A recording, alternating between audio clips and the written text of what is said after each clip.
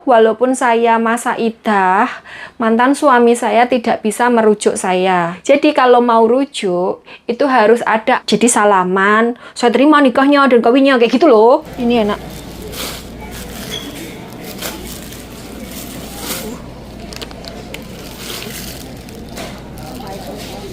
Ornamente. Tidak tahu.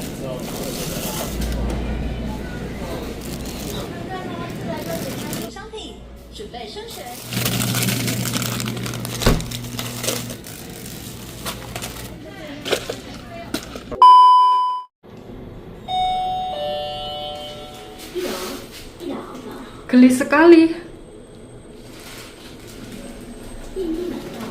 Halo, assalamualaikum warahmatullahi wabarakatuh. Ketemu lagi dengan Dian di Taiwan. Sekarang saya mau belanja, Mbak Besti. Ini tadi sama Mbak Bos ya, tapi Mbak Bos masih parkir sepeda motor. Masih parkir mobil. Waduh, keranjangnya entek.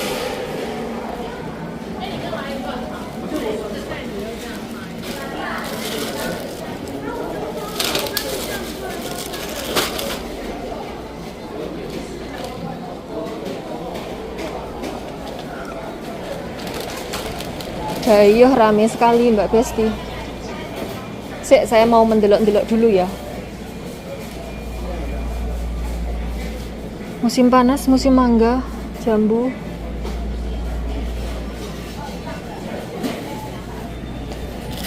Wah, kangkung yang ini enak.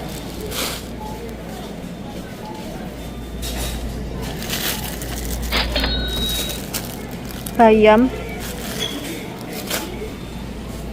Saya lihat kacang panjang Mbak Besti. Tapi kacang panjangnya elek-elek tidak kayak di tempatnya Vivia kemarin. Segini 25.000.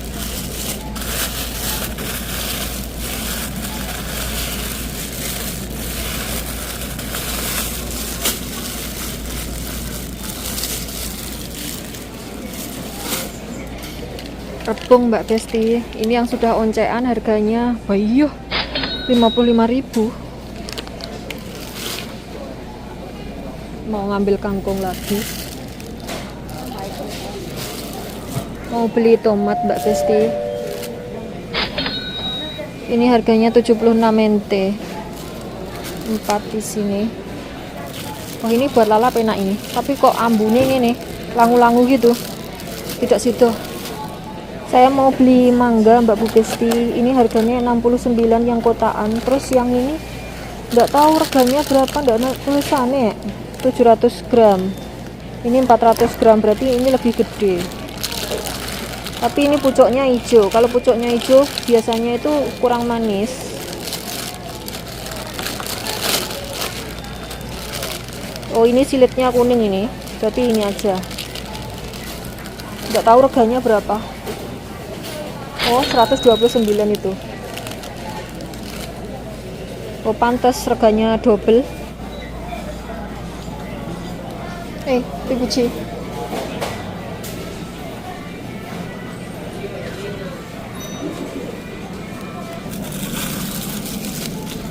Paprika Mbak Besti, ini 385 NT buat lalapan.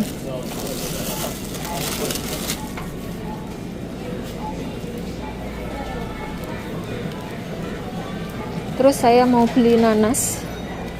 Ini nanas harganya 79. Ini sudah dioncekkan ya. Dan kalau musim panas itu musimnya nanas biasanya itu manis banget. Kecil-kecil Mbak Besti, tapi ya wes bene ndak apa-apa. Paket aku.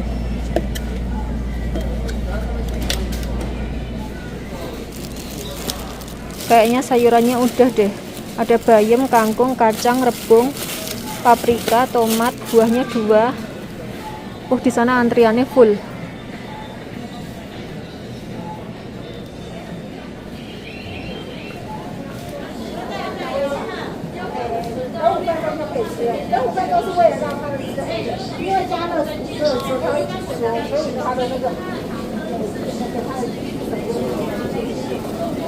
Panggah iwaknya seperti ini aja, salmon, iwak mujair, tidak ada variasi nih blas.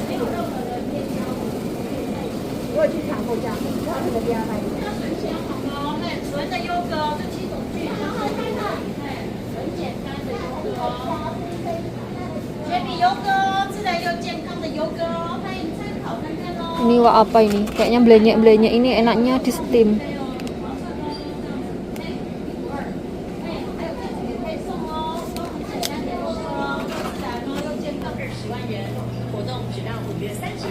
Beli fresh milk, nyari yang masa kadaluarsanya paling lama. Oh, tanggal 4. Tanggal 4.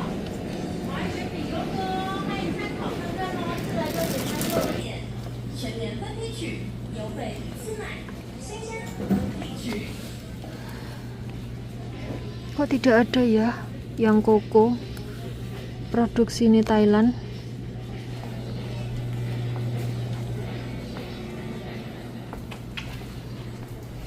Mau beli roti tawar Mbak Besti.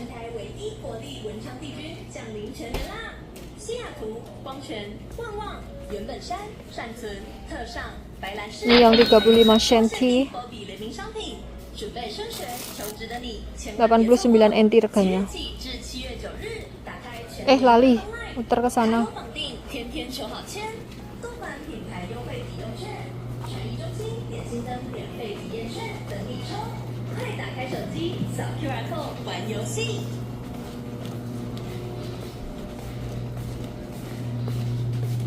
Mau beli es batu.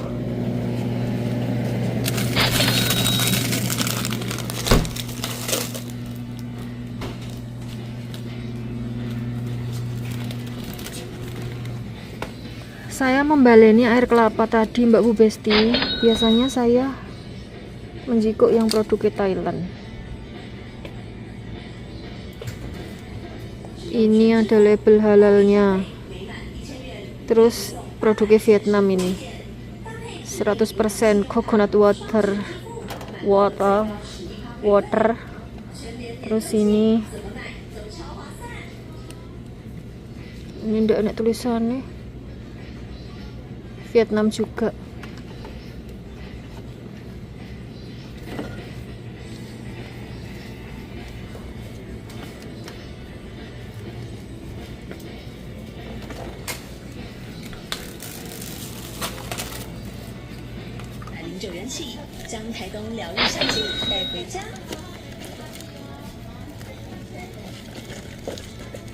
Kok tidak bisa?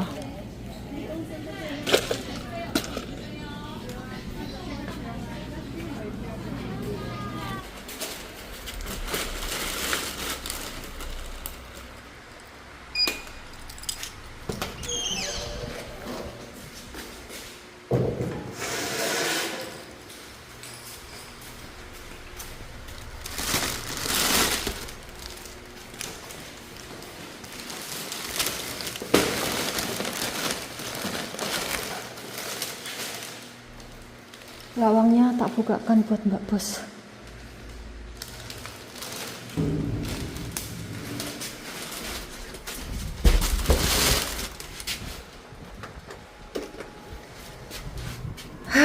Sudah selesai belanjanya Mbak Bu Besti. Hari ini belanjanya cuma dikit ya.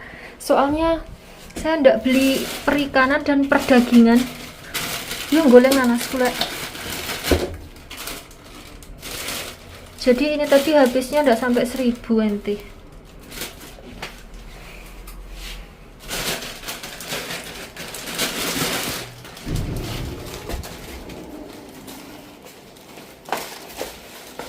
Hehe, guling.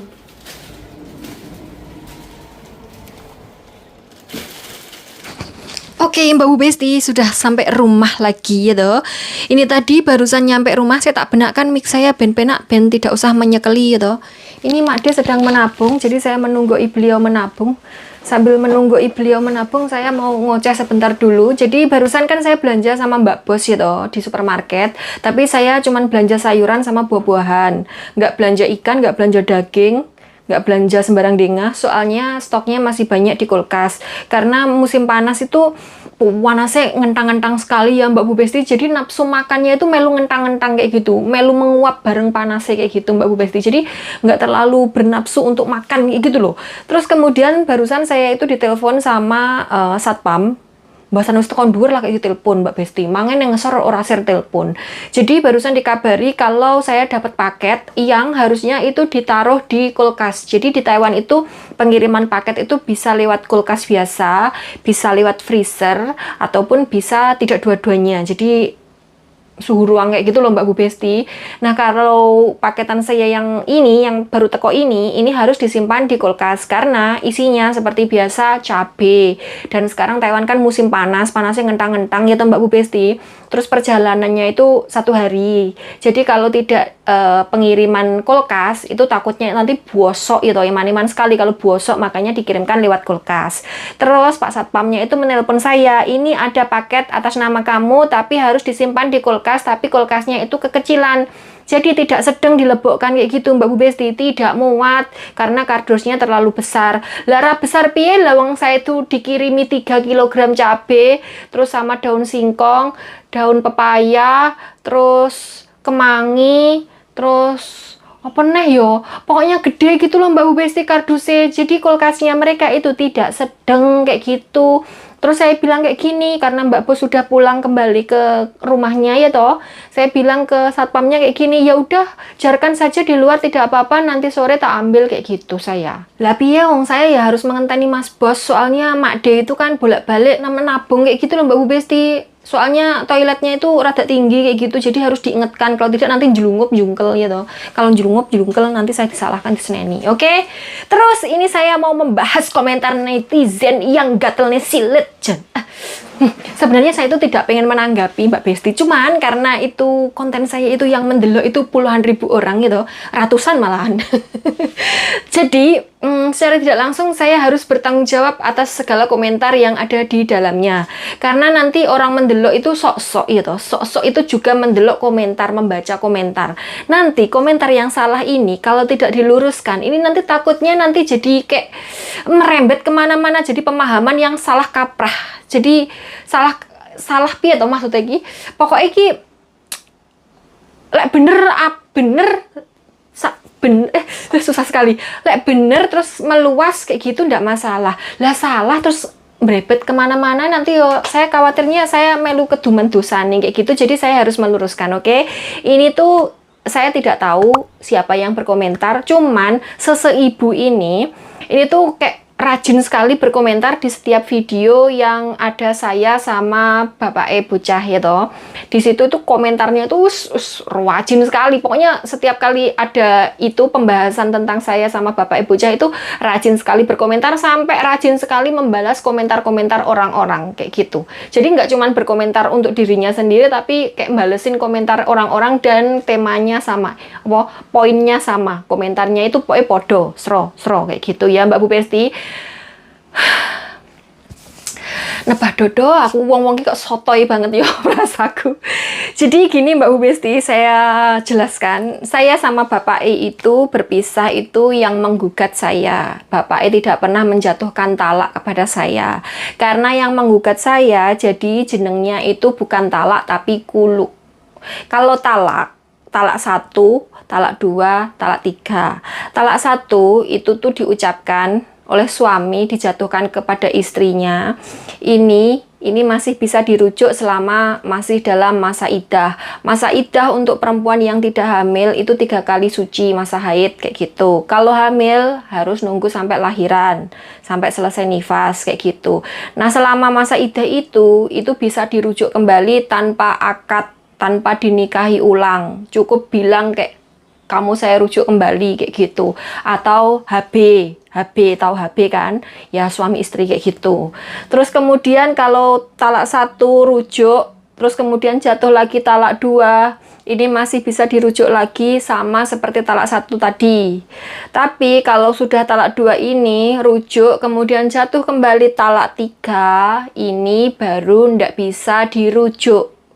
Nggak bisa dirujuk lagi dengan cara yang biasa. Ini kasusnya sudah bain kubro kalau nggak salah ya. Kalau saya nggak salah ucap, kalau saya salah ucap mohon dikoreksi. Jadi ini sudah masuk ke talak 3, ini tidak bisa dirujuk dengan kata-kata doang. Ini harus masing-masing harus menikah dengan orang lain. Kalau sudah berpisah dengan pasangannya tersebut, itu baru boleh rujuk kembali. Tapi tidak boleh disengaja, maksudnya ini sengaja rabi karo wong liya terus kemudian dipegat terus untuk kembali lagi kepada istrinya atau suaminya kayak gitu, itu tidak boleh. Jadi memang harus benar-benar menikah dan harus berkumpul kayak gitu. Berkumpul itu maksudnya dalam tanda kutip HB gitu loh Mbak Bu Besti. Terus kemudian karena saya itu kasusnya bukan ditalak tapi saya yang menggugat alias kulu. Ini tuh walaupun saya masa iddah, mantan suami saya tidak bisa merujuk saya. Tidak bisa merujuk dengan kata-kata saya rujuk kembali kamu. Kayak gitu nggak bisa. Jadi kalau mau rujuk, itu harus ada akad nikah ulang.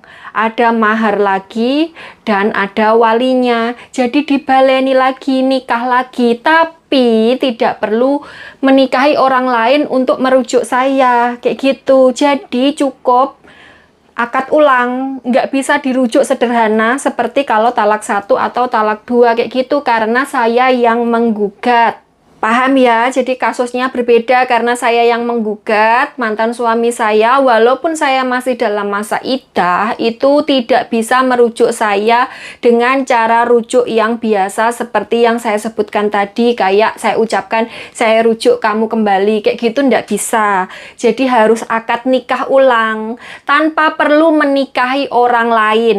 Jadi kalau kita mau rujuk kembali, saya sama mantan suami mau rujuk kembali, itu suami saya tidak perlu menikahi wanita lain, saya pun juga tidak perlu menikahi laki-laki lain. Kita berdua nikah kembali dengan akad.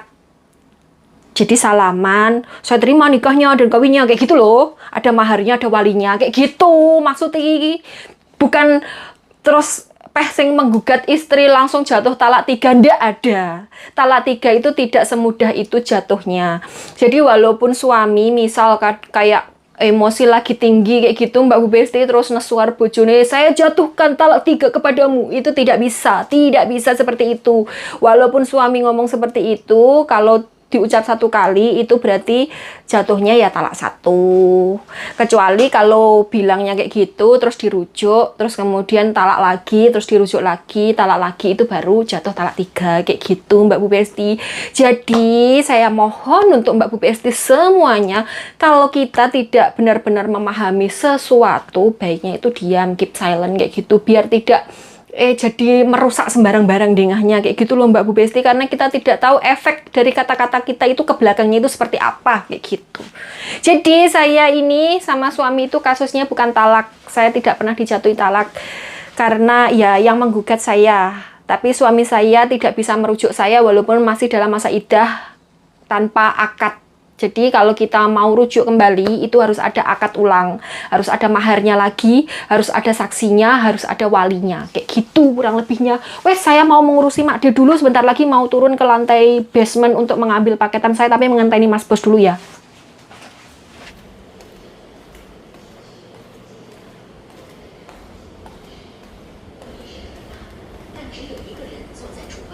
Ni hao, 我要拎包裹。你几号楼9楼13号。9楼几号13。好。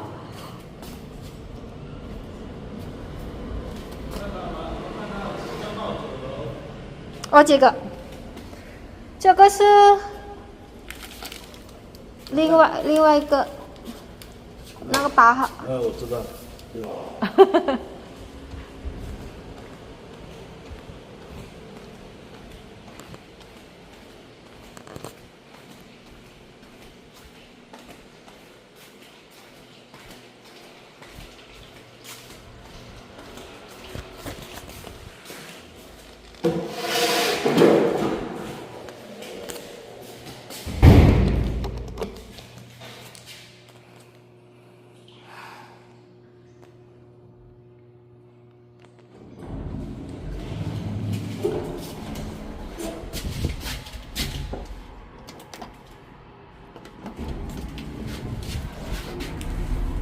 Tuh Mbak Bu Besti, segede ini ya kulkasnya ya tidak sedang Terus ini tadi saya diseneni sama satpamnya gara-gara keliru menyebutkan lantai sama nomor rumah.